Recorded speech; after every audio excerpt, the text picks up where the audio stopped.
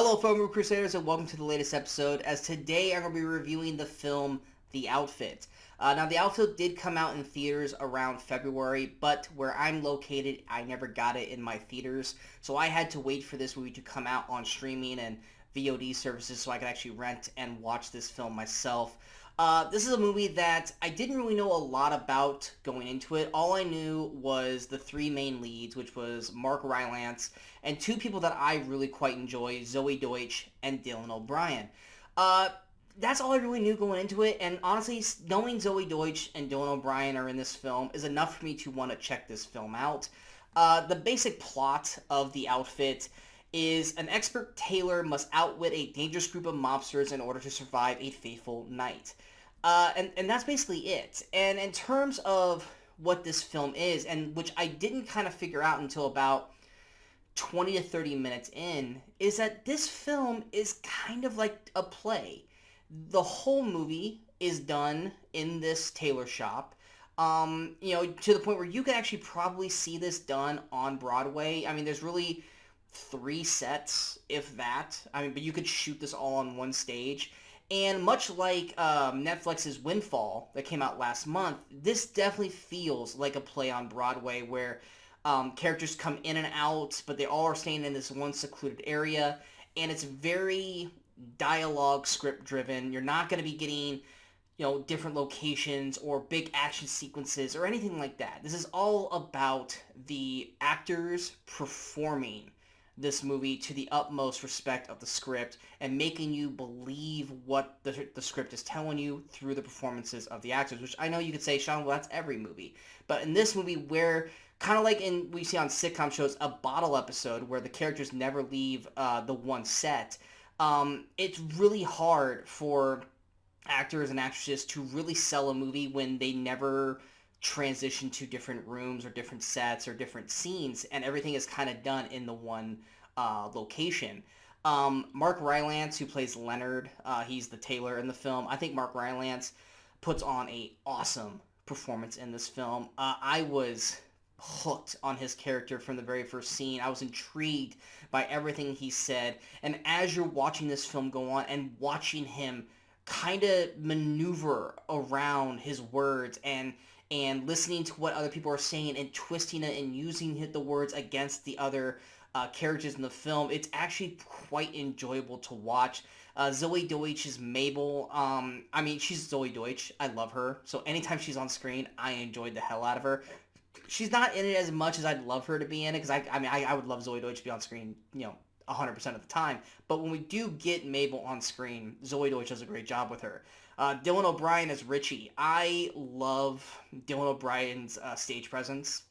I feel like Dylan O'Brien is one of these actors that's going to explode and become one of the top actors out here over in the next few years. Everything that he does, for the most part, I really enjoy his choices and some of the films he makes. I just wish we got to see more and more of him.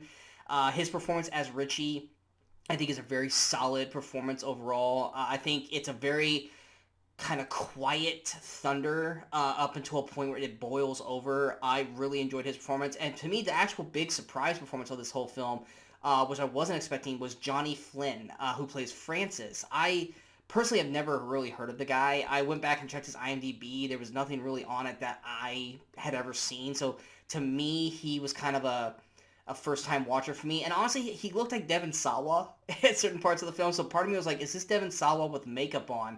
But no, it's this actor named Johnny Flynn. And I really enjoyed his performance in this film. Was really surprised by his performance. I love the cat and mouse back and forth game between him and Mark Rylance and him and Dylan O'Brien. And I really enjoyed the choices that the script makes and kind of how everything wraps up into a little bow by the end.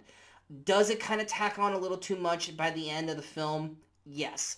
But if that's literally the only negative of this film, this is actually a very solid film overall, and this reminded me of another film that to me was kind of more of a stage play, or could be made out to a stage play, which was Sleuth with Michael Caine and Jude Law.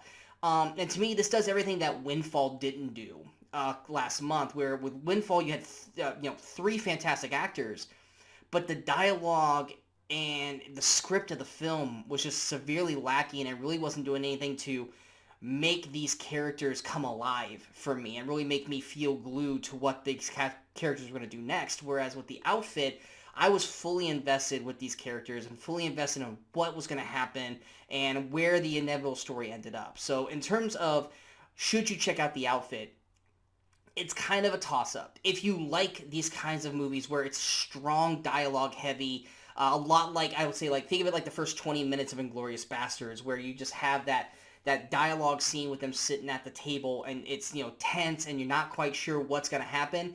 If you like that sort of thing, I think the outfit actually is going to work great for you. If that's not your bread and butter, then you're probably not going to think the outfit's that great of a film. But for me, that's right in my wheelhouse. Not to mention that I don't love the other stuff that these movies could provide, but in these kinds of films, as long as you got strong performances, strong dialogue, and a very well thought out script for being stuck in one location, all those were big check marks for me, and I think The Outfit is actually a pretty great film and one of the better films I've seen of the year so far.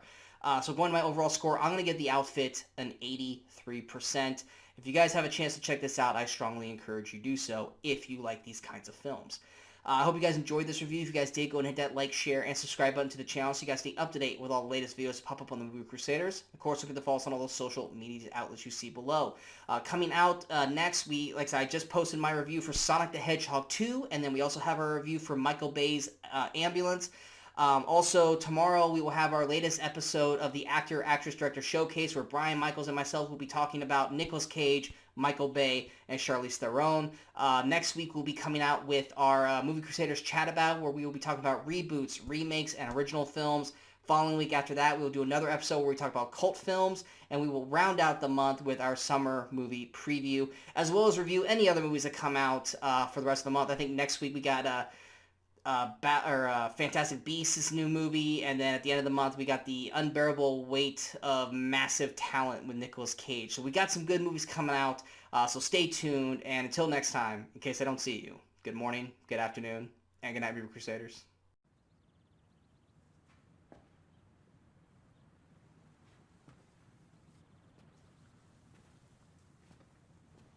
You're still here. It's over. Go home.